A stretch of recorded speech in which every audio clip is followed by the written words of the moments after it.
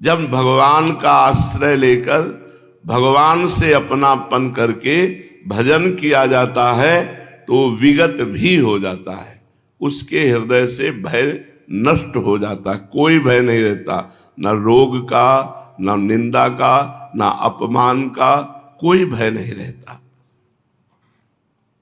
इस शरीर को जब मरना है तो कोई बचा नहीं सकता, और जब तक मरना नहीं है तब तक कोई मार नहीं सकता, इसलिए भय की कोई जरूरत ही नहीं है। उस उपासक के हृदय में विचार दृढ़ हो जाता है भगवान से अपनापन होने के कारण, इसलिए उसको कोई भय नहीं रहता। यदि ये शरीर मर भी गया तो मैं अपने भगवान के पास जाऊंगा, इसलिए उसे भय नहीं रहता। संसारियों को भय इस बात का बना रहता कि अगर मर गया तो पत्नी छूट गई, पुत्र छूट गया, रिश्ते नाते छूट गए, घर परिवार छूट गया, धन संपत्ति छूट गई। लेकिन जिसने शरीर और संसार से अपनापन हटाकर भगवान में लगा दिया है, उसके जब मरने का समय आता है तो आनंद आता है कि अपने भगवान से मिलने जा रहा हूं। जिनका नाम जप किया है, जिनको अपना माना है, जिनके लिए पूरा जीवन परिवार संबंध सुखों का त्याग किया, आज उन्हीं भगवान से मिलने का समय आ रहा है। इसलिए उसे मृत्यु भयावह नहीं, उसे आनंद प्रदान करने वाली लगती है। जब उपासक की चित्तवृत्ति भगवान की तरफ होती है तो उसका कल्याण स्वतः ही हो जाता है। जब तक कल्याण में संदेह है तो फिर भय है। जब निरंतर चिंतन, प्रशांत आत्मा, किसी भी तरह का कोई पापाचरण नहीं, शांत अंतःकरण, निरंतर भगवान से अपनापन, तो ये संदेह खत्म हो जाता है कि भगवान मिलेंगे कि नहीं, पक्का मिलेंगे। क्योंकि निरंतर भजन हो रहा, कोई पाप आचरण नहीं हो रहा, तो निर्भय हो जाता है। और जिसके हृदय में जब तक ये अंतराय भजन का रहेगा, कहीं अपनापन संसार में है तो उसको संदेह है, और संदेह है तो भय है। निर्भय वही होगा जो संदेह रहित तो होकर भगवान के निरंतर भजन में रत है, पापाचरण का त्याग करके निरंतर भगवान में अपने चित्त को जोड़े है। ब्रह्मचारी व्रते स्थिता, भगवान कह रहे हैं, एक एक शब्द आनंदमय है। राग द्वेष हर्ष शोक रहित अंतःकरण, प्रशांतात्मा, मैं और मेरापन शरीर से हटाकर श्री भगवान में लगाना, तो भय रहित हो जाना, विगत भीर। अब आगे कह रहे ब्रह्मचारी व्रत स्थित है, ब्रह्मचारी व्रते स्थिता। ब्रह्मचारी बहुत अमृत है। ये नीच अंतःकरण वाले लोग जो भोगों में सुख का अनुभव कर रहे हैं, भगवान बचाएं, दुर्गति को भोग रहे हैं, वो समझ रहे हैं हम बहुत आनंद लूट रहे हैं, वो दुर्गति को भोग रहे हैं। जिस क्रिया में क्षण मात्र सुख निकालने में आनंद होता है, उसको रोकने में कितना सुख होगा, ये वही जानता है जो ब्रह्मचारी व्रते स्थिता। इसलिए उपासक को चाहिए कि वो ब्रह्मचारी बने। गृहस्थ है तो केवल संतान उत्पत्ति के लिए भगवान का स्मरण करते हुए स्त्री सहवास अपनी पत्नी से करे, कभी दूसरी माता बहनों की तरफ काम दृष्टि से ना देखे, तो वो भी ब्रह्मचारी ही माना जाएगा। और जो विरक्त है वो आजीवन न हस्त मैथुन, न किसी स्त्री की तरफ देखना, ना किसी पुरुष की तरफ देखना, पूर्ण रूप से अपनी जनेंद्री को काबू में रखना। काछ वाच मन निश्चल राखे, धनी धनी जननी तेरी रे। जो लंगोटी का पक्का, जबान का पक्का, मन का पक्का, वही साधु है। धन्य है उसकी माँ को जो ऐसे लाल को पैदा किया, जो लंगोटी का पक्का, जबान का पक्का और मन का पक्का। काछ वाच मन निश्चल राखे, धनी धनी जननी तेरी रे। बड़ नरसैया दर्शन पावा। नरसिंह मेहता कहते मेरे बड़े भाग्य यदि ऐसे संत का दर्शन हो जाए जो लंगोटी का पक्का, जबान का पक्का, मन का पक्का हो जाए। जब निकले ही हो भगवान के मार्ग में तो फिर गंदगी क्यों, फिर इधर उधर झांक ताक क्यों। मन को मारो, अपनी इंद्रियों को शांत कर दो, अल्पाहार करो, थोड़ा भोजन करो, बहुत शांति मिलेगी। हमारी बात मान लो, जिसकी इंद्रियां बहुत बलवान हैं उसकी रसेंद्री बहुत चंचल हो चुकी है, बहुत खान पान करता है, इसलिए जनेंद्री उसको शांति नहीं लेने दे रही, नहीं तो इच्छा ही खत्म हो जाएगी। उचित आहार, आपको कोई फावड़ा नहीं चलाना है कि आपको बहुत बल की आवश्यकता है, और बहुत बल ब्रह्मचारी में होता, व्यभिचारी में नहीं होता। ब्रह्मचारी का संकल्प बल काम करता है, व्यभिचारी में ना संकल्प बल है ना शरीर बल है। इसलिए भगवान आदेश करते ब्रह्मचारी व्रते स्थितः। ब्रह्मचारी व्रत वीर रक्षा प्रधान, परंतु केवल एक जनेन्द्री का ही ब्रह्मचर्य नहीं, हर इंद्री का ब्रह्मचर्य, वाक इंद्री का ब्रह्मचर्य। ज्यादा बोलना नहीं है, भगवान के प्रति ही वार्ता करनी। रसेंद्री का केवल भगवान को समर्पित, थोड़ा सा प्रसाद पाकर अपने जीवन। नेत्रेंद्री का ब्रह्मचर्य व्रत, ऐसे सहसा नहीं देखना है, बहुत संभाल कर नेत्र रखना है। तो ब्रह्मचारी शब्द पूर्ण तभी होता है जब शब्द, स्पर्श, रूप, रस, गंध पांचों पर ब्रह्मचर्य व्रत हो। मान बढ़ाई और शरीर के आराम से जो दूर रहता है वही ब्रह्मचर्य व्रत पांचों का कर सकता है। मान बढ़ाई और शरीर सुख, आराम तो नहीं। राम बिना आराम कहाँ है, जब तक भगवान न मिल जाए तब तक विश्राम नहीं। राम काज कीन्हे बिनु मोहि कहाँ विश्राम। थोड़ी देर सो लिया, फिर चटपटा के उठ के बैठ के बस निरंतर भजन कर रहे।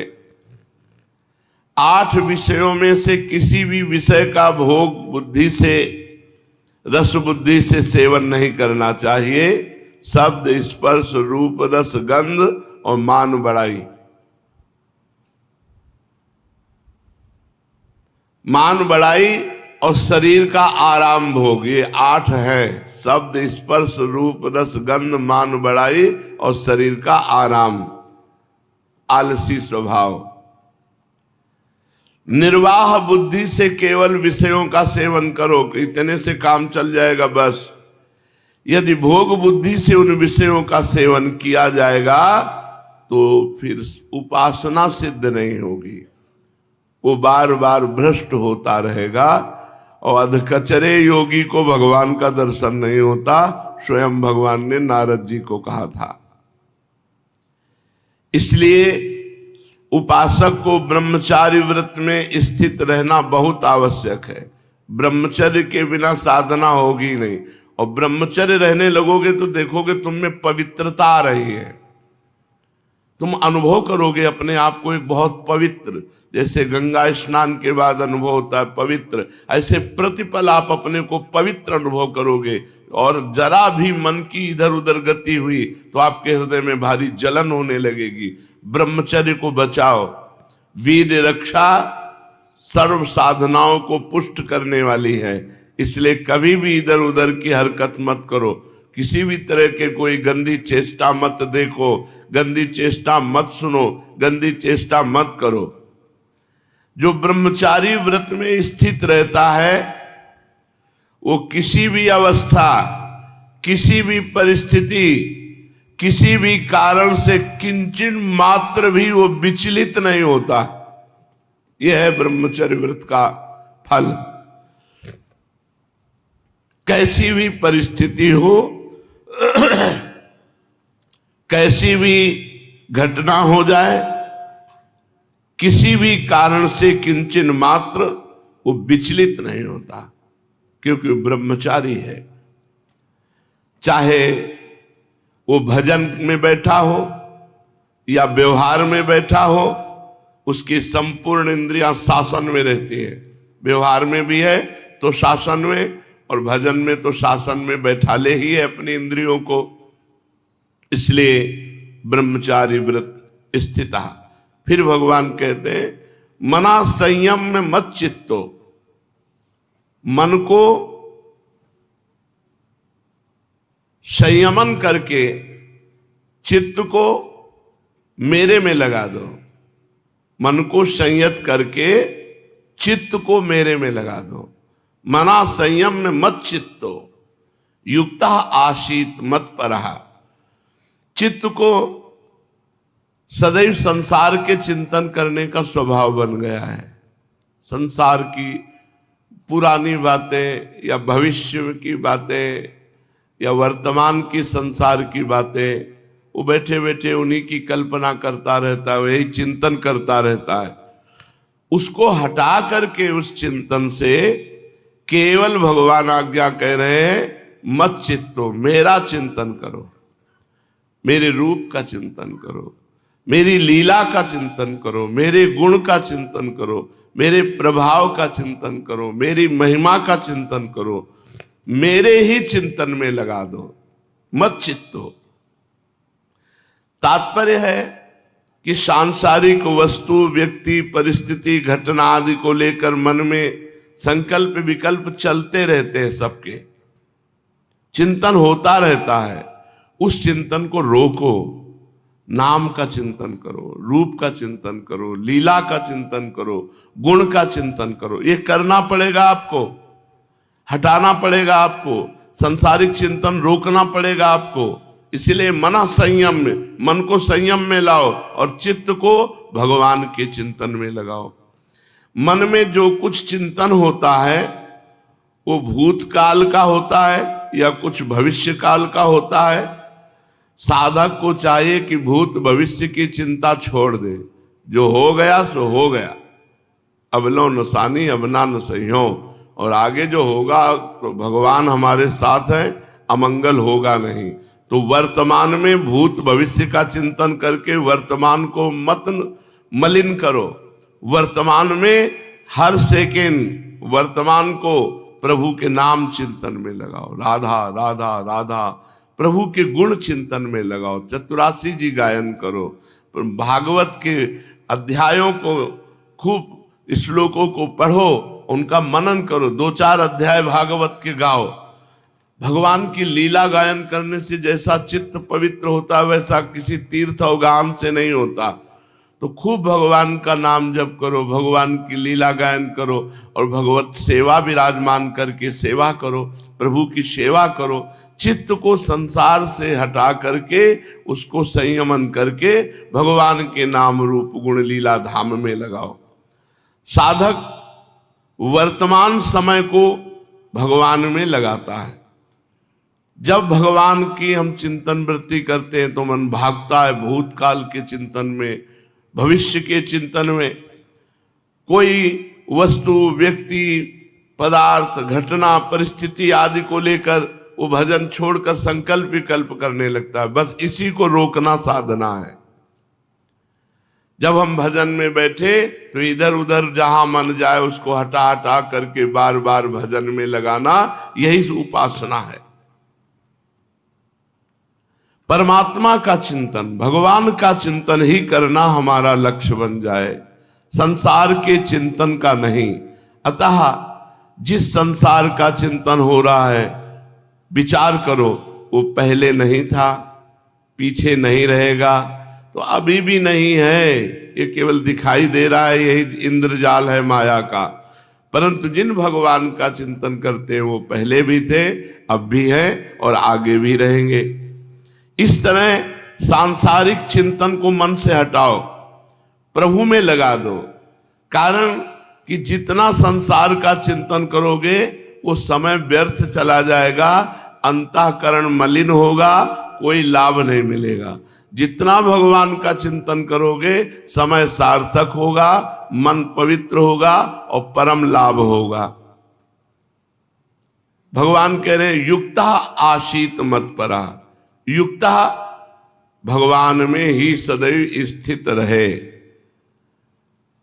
और कह रहे मत परा, केवल भगवान के परायण रह करके, किसी अन्य का नहीं, केवल भगवत परायण होकर के जीवन रखे साधक। भगवत परायण जीवन, किसी व्यक्ति का आश्रय नहीं, उद्देश्य लक्ष्य ध्येय केवल श्री भगवान का रहे। भगवान के सिवाय कोई भी सांसारिक वासना, कोई भी आसक्ति, कोई भी कामना, कोई भी स्पृहा, कोई भी ममता ना रहे, यदि ऐसा जीवन हो तो भगवत प्राप्ति बहुत जल्दी हो जाए।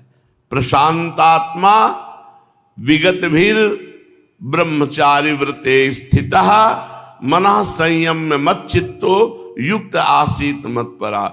प्रशांत आत्मा जिसका अंतःकरण शांत है, विगत भी जो भय रहित है, ब्रह्मचारी व्रते स्थिता जो ब्रह्मचारी व्रत में स्थित है, युक्ता सावधान योगी, मना संयम्य मत चित्तो मन को संयम में करके सदैव भगवान के नाम रूप गुण लीला का चिंतन करता है, आसीत मत परा, केवल भगवान के परायण है, वो निश्चित भगवत प्राप्ति कर लेता है। चलते हैं चैतन्य महाप्रभु के पावन चरित्र में। श्री हरिदास जी का पावन चरित्र सुन रहे हैं। धन्य है ऐसी नाम की निष्ठा। जब मुलुकपति बादशाह ने ये दो बातें रखी, या तो तौबा या दंड, तो उन्होंने कहा शरीर को काट दिया जाए तो भी मैं तौबा नहीं बोलूंगा, क्योंकि मैं कोई अपराध नहीं कर रहा, भगवान का नाम जप कर रहा हूं। तो गुराई काजी ने दंड निश्चित किया, 22 बाजारों में कोड़े बेत मार मार करके इनको जान से मार दिया जाए। ऐसा ही किया गया। दरबार से शुरू किया गया बेत मारना, और 22 बाजारों में घुमा घुमा कर उनको खूब मारा।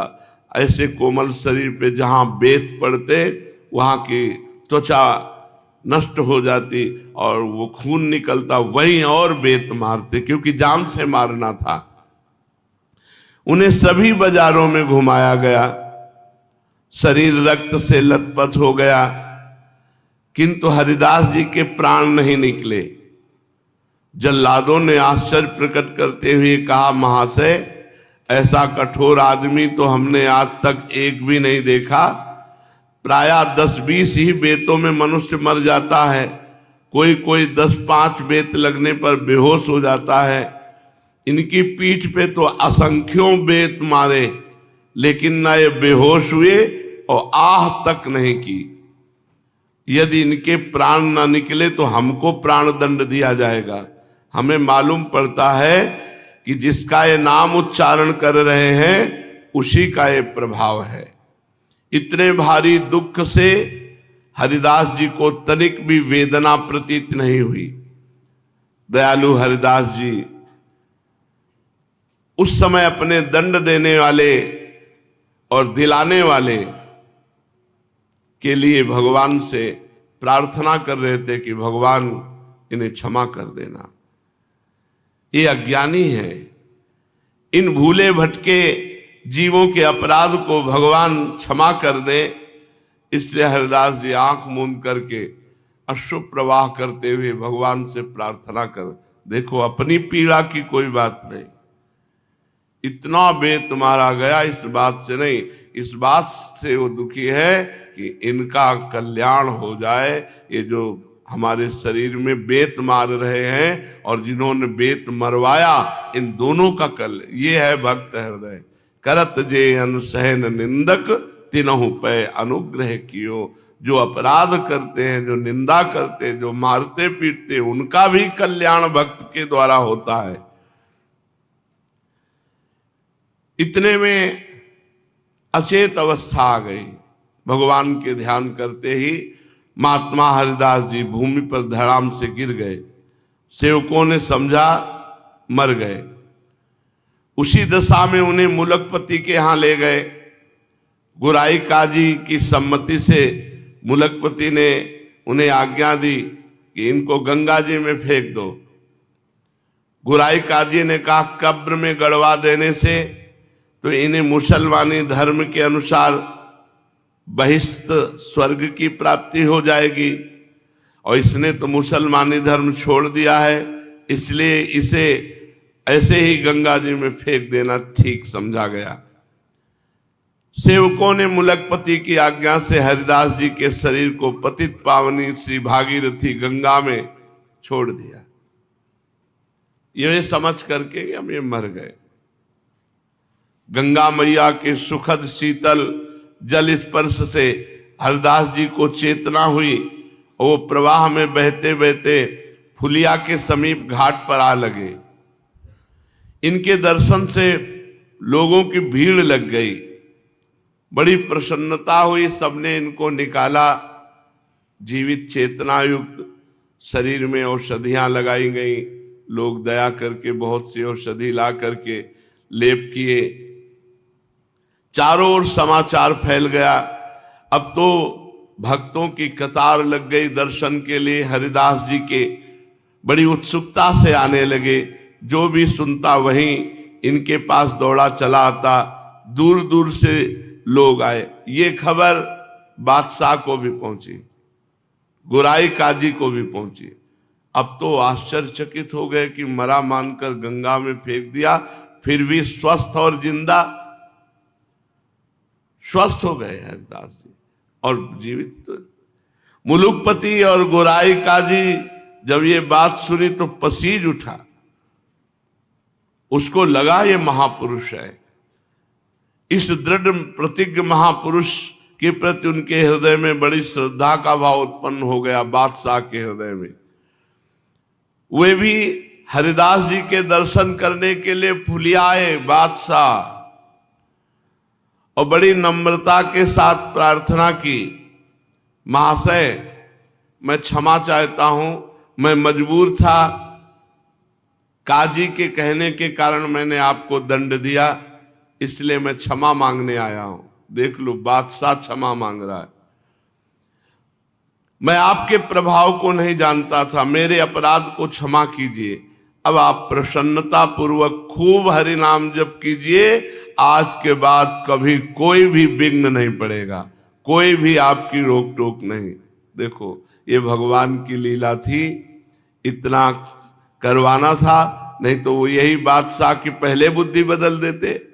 ये भगवान की लीला थी। हरिदास जी ने नम्रता पूर्वक कहा, महाशय, बादशाह से कहा, महाशय इसमें आपका अपराध ही क्या है? मनुष्य अपने कर्मों के ही अनुसार दुख सुख भोगता है, दूसरे मनुष्य तो निमित्त मात्र हैं। अगर कोई हमें मारता है, गाली देता है, तो हमारे ही कर्मों का फल है, वो निमित्त मात्र बेचारा केवल बन गया। मेरे कर्म ही ऐसे होंगे, आप किसी बात की चिंता न करें, मेरे मन में आपके प्रति तनिक भी रोष नहीं है। हरिदास जी की ऐसी सरल और निष्कपट बात सुनकर मुलकपति बादशाह को बड़ा आनंद हुआ। वो इनके चरणों में प्रणाम करके चला गया। फुलिया ग्राम के और भी वैष्णव ब्राह्मण आ करके हरिदास जी की ऐसी अवस्था देखकर दुख प्रकाशित करने लगे। कोई कोई तो उनके घावों को देखकर फूट फूट कर रोने लगा। इस पर हरिदास जी ने उन ब्राह्मण और वैष्णव से कहा, आप लोग सभी धर्मात्मा हैं, शास्त्रों के मर्म को भली भांति जानते हैं। बिना पूर्व कर्मों के दुख सुख की प्राप्ति नहीं होती। मैंने इन कानों से भगवान नाम की निंदा सुनी थी, उसी का भगवान ने मुझे फल दिया। आप लोग किसी प्रकार की चिंता न करें, ये दुख तो शरीर को हुआ है, मुझे तो इसका तनिक भी क्लेश प्रतीत नहीं होता। बस भगवान नाम का स्मरण बना रहे, यही आप सब मुझे आशीर्वाद दीजिए, क्योंकि भगवान नाम स्मरण सब सुखों का सुख है। जिस क्षण भगवान नाम का स्मरण ना हो, वही सबसे बड़ा दुख है। भगवान नाम का स्मरण होता रहे तो शरीर की चाहे कितनी भी क्लेश भरी स्थिति हो, वो सुखमय ही है। ध्यान दीजिए, यदि भगवान नाम जब चल रहा है तो शरीर का चाहे जितना कष्टमय रोग हो, कष्टमय परिस्थिति हो, उसे सुख ही का अनुभव होगा, दुख का अनुभव नहीं। और भगवान नाम नहीं तो चाहे जितना सुख संसारिक एकत्रित कर लो, चिंता भय शोक दुख ये बना ही रहेगा। इनके ऐसे उत्तर से सभी ब्राह्मण वैष्णव संतुष्ट हुए और इनकी आज्ञा लेकर अपने अपने घरों को चले गए। इस प्रकार हरिदास जी भगवती भागीरथी के तट पर फुलिया ग्राम के समीप ही रहने लगे। वहां उन्हें सब प्रकार की सुविधाएं थी। शांतिपुर में अद्वैताचार्य जी के समीप वे प्राय नित्य ही जाते। आचार्य इन्हें पुत्र की भांति प्यार करते और ये उन्हें पिता से बढ़कर मानते। फुलिया के सभी ब्राह्मण, वैष्णव, धनी मानी पुरुष हरिदास जी का आदर सत्कार करते थे। ये मुख से सदा श्री हरि के मधुर नामों का कीर्तन करते रहते। निरंतर के कीर्तन के प्रभाव से इनके रोम रोम से हरि ध्वनि सुनाई देने लगी। भगवान की लीलाओं को सुनते ही ये मूर्छित हो जाते और एक साथ ही इनके शरीर में सभी सात्विक भाव उदय हो उठते। हरिदास जी स्वस्थ हो चुके थे। एक दिन की बात है कि ये अपनी कुटिया से कहीं जा रहे थे तो रास्ते में इन्हें मंजीरा मृदंग की आवाज सुनाई दी। तो श्री कृष्ण कीर्तन समझकर ये उसी ओर चल पड़े।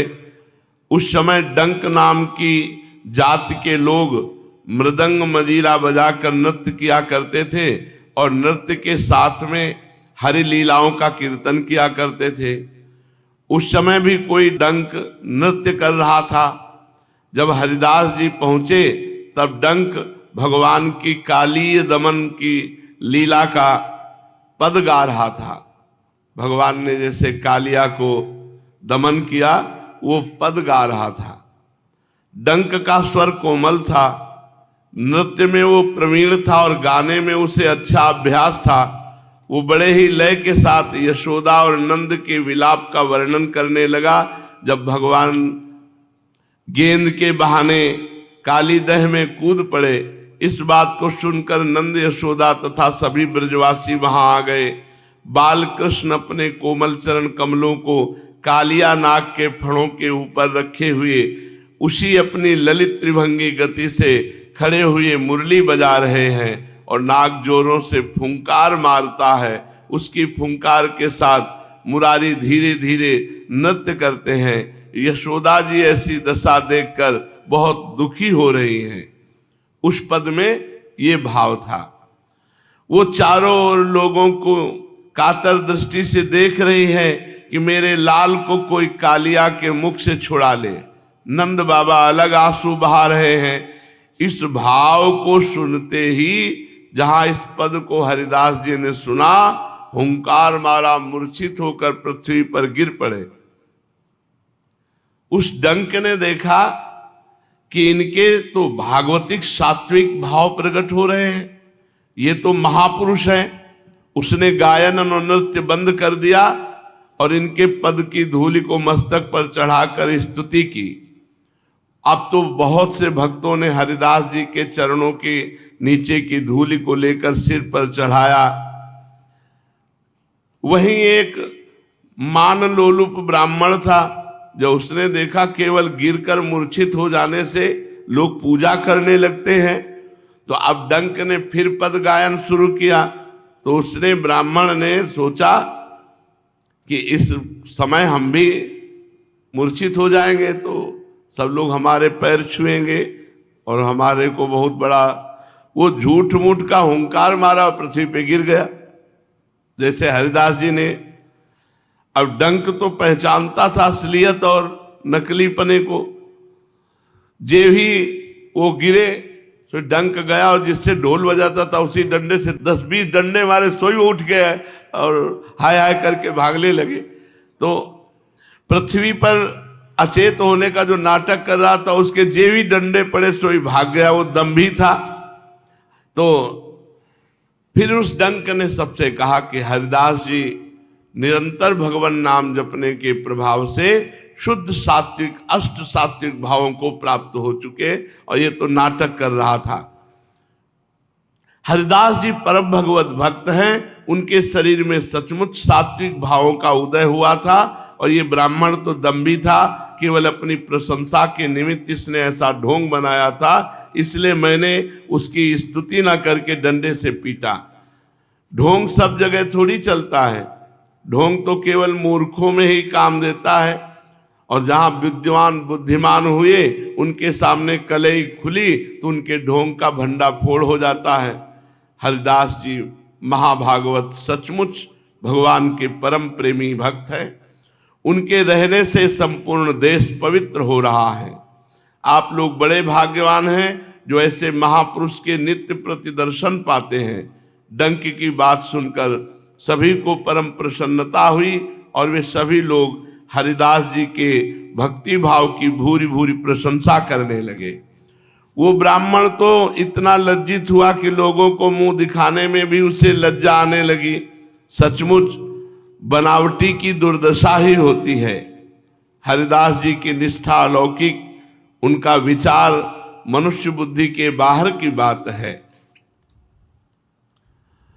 शोक और मोह का कारण है प्राणियों में विभिन्न भावों का अध्यारोप।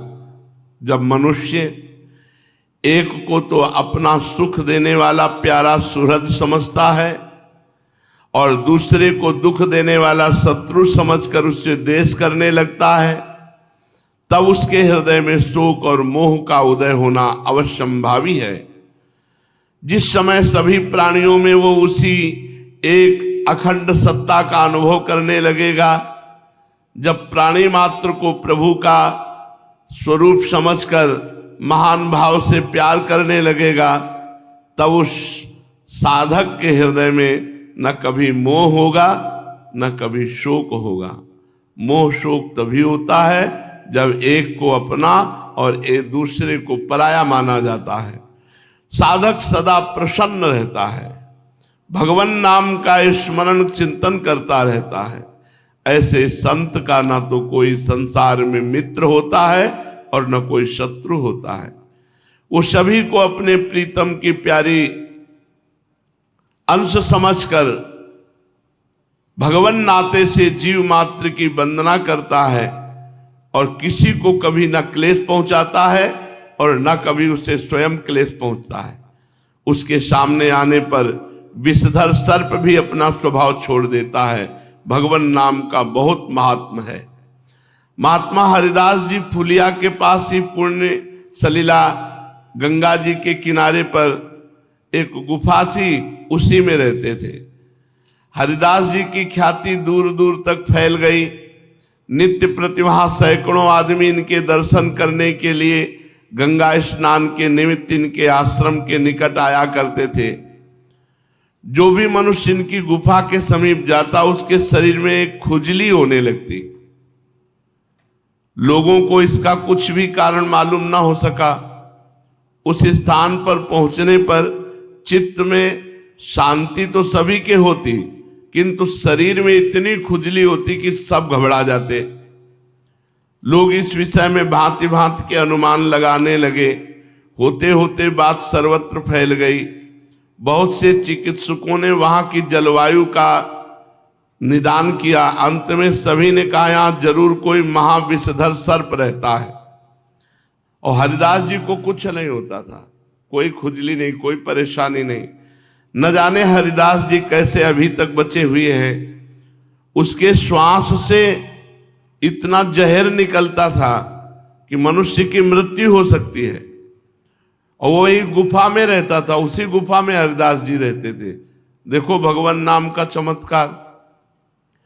उसका इतना असर कि बाहरी लोगों में जब वो वायु लगती तो शरीर में जलन और खुजली होने लगती।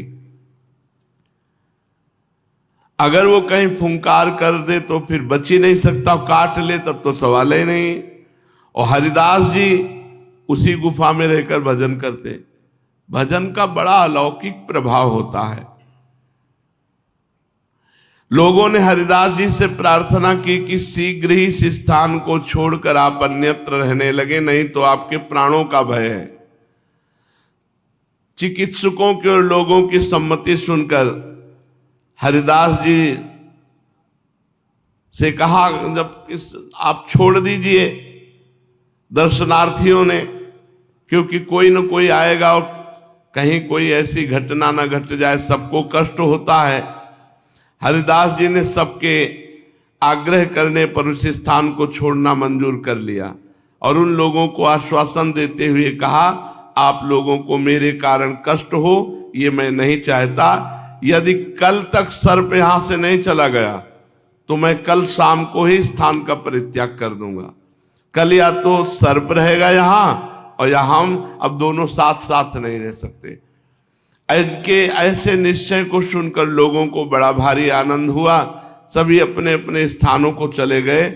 दूसरे दिन बहुत से भक्त एकत्रित होकर हरिदास जी के समीप नाम कीर्तन कर रहे थे कि उसी समय देखा कि एक अंधेरे स्थान से बड़ा भयंकर सर्प सबके देखते देखते निकला। विचित्र रंग का, रंग बिरंगा विचित्र रंग का निकल करके और वो गंगा जी की ओर चला गया। उसके मस्तक में एक बड़ी मणि जटित थी जिससे प्रकाश भी हो रहा था। उसी का इतना तेज प्रकाश था। सभी भयंकर सर्प को देखकर आश्चर्य प्रकट किया। सर्प धीरे धीरे गंगा जी के किनारे किनारे बहुत दूर फिर जंगल में चला गया। उस दिन से आश्रम में आने वाले किसी भी दर्शनार्थी के शरीर में खुजली नहीं हुई। भक्तों को ऐसा अनुभव हुआ कि भक्त जो भगवान का नाम जप करते हैं तो भगवान शंकर की कृपा से उसे न विष का प्रभाव होता है और न किसी सर्प का प्रभाव होता है। और ये सर्प आदि तो संतों से मिलते रहते हैं पक्का।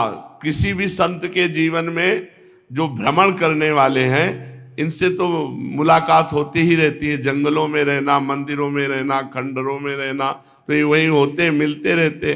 कभी जीवन में नहीं, कभी जीवन में कोई भय नहीं रहा इन सर्पों से। हजारों बार मिले होंगे।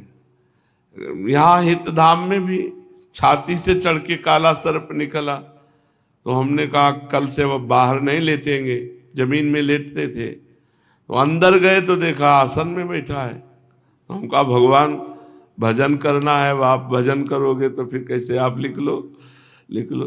तो ऐसे निकल के जैसे किसी आदमी से प्रार्थना करे, गेट से निकल के वैसे चले गए। बहुत भगवान की कृपा रहती। भगवान का भजन करने वालों को ऐसा नहीं कोई कि सांप बिच्छू सहज में काट ले या ऐसे कष्ट दे दे। इस प्रकार महात्मा हरिदास जी फुलिया में रहते हुए गंगा जी का सेवन करते हुए आचार्य अद्वैत के सत्संग का निरंतर आनंद लूटते रहे। अद्वैताचार्य ही इनके गुरु, पिता, आश्रयदाता और सर्वस्व थे। इनके ऊपर बड़ी भारी भक्ति महारानी की कृपा थी, ठाकुर हरिदास जी के ऊपर। अब देखो कितनी कृपा। वैश्या से परास्त नहीं हुए, वेद से परास्त नहीं हुए, सर्प से परास्त नहीं हुए, कोई भी विघ्न उनको गिरा नहीं सका। हर समय वही 3 लाख नाम, 3 लाख नाम बहुत होता। और कोई धीरे धीरे नहीं, कुछ उच्च स्वर से कीर्तन करते हुए, ये भगवान नाम की महिमा। जिस दिन महाप्रभु का जन्म नवद्वीप में हुआ था उस दिन आचार्य के साथ ये आनंद में विभोर होकर नृत्य कर रहे थे। आचार्य का कहना था जगन्नाथ मिश्र का ये पुत्र गौरांग रूप से जनोद्धार तथा संपूर्ण देश में श्री कृष्ण कीर्तन का प्रचार करेंगे। आचार्य के वचनों पर हरिदास जी को पूर्ण विश्वास था, इसलिए वे भी गौरांग महाप्रभु के प्रकाश की प्रतीक्षा में निरंतर श्री कृष्ण कीर्तन करते हुए काल यापन करने लगे। उस समय सप्तग्राम में हिरण्य और गोवर्धन मजूमदार नाम के 2 धनी जमींदार भाई निवास करते थे। उनके कुल पुरोहित परम वैष्णव शास्त्रवेत्ता पंडित बलराम आचार्य थे। आचार्य महाशय वैष्णवों का बड़ा ही आदर सत्कार किया करते थे। अद्वैताचार्य जी से उनकी अत्यंत ही घनिष्ठता थी। दोनों ही विद्वान थे, कुलीन थे, भगवत भक्त और देश काल के मर्मज्ञ थे। इसी कारण हरिदास जी भी कभी कभी सप्तग्राम में जाकर बलराम आचार्य के यहाँ रहते थे। आचार्य इनकी नाम निष्ठा और भगवत भक्ति देखकर बहुत प्रसन्न होते और सदा इन्हें पुत्र की भांति प्यार किया करते थे। गोवर्धन मजूमदार के पुत्र रघुनाथ दास जब पढ़ने के लिए आचार्य के यहाँ आते थे तो हरिदास जी को सदा नाम जप करते ही पाते, इसलिए मन ही मन इनके प्रति बड़ी श्रद्धा रखने लगे। एक दिन आचार्य इन्हें मजूमदार की सभा में ले गए। मजूमदार महाशय अपने कुल गुरु के चरणों में अत्यंत श्रद्धा रखते थे, वैष्णव भक्तों का भी यथेष्ट आदर करते थे। अपने कुल गुरु के साथ हरिदास जी को आया देखकर हिरण्य और गोवर्धन दोनों भाइयों ने आचार्य के सहित हरिदास जी की उठकर अभ्यर्चना की और शिष्टाचार प्रदर्शित करते हुए उन्हें बैठने के लिए सुंदर आसन दिया।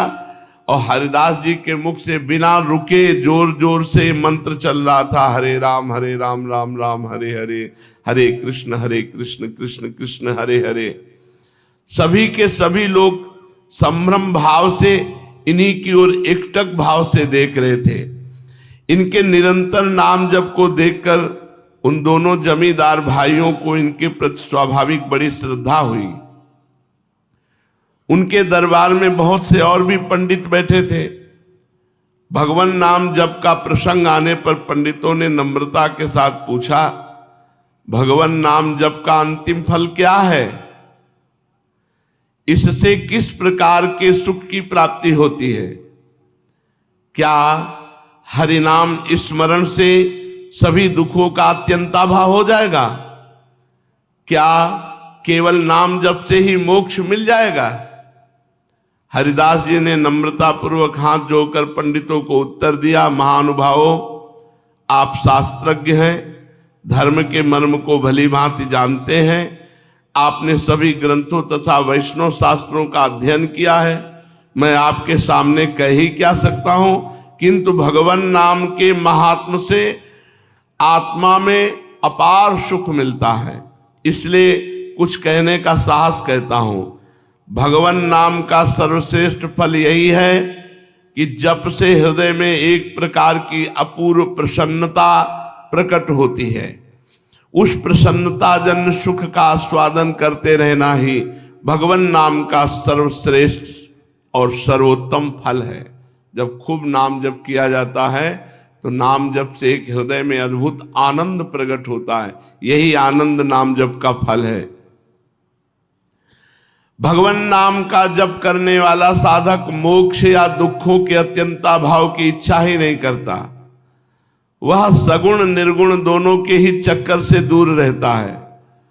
उसका तो अंतिम ध्येय रहता है भगवान नाम जप।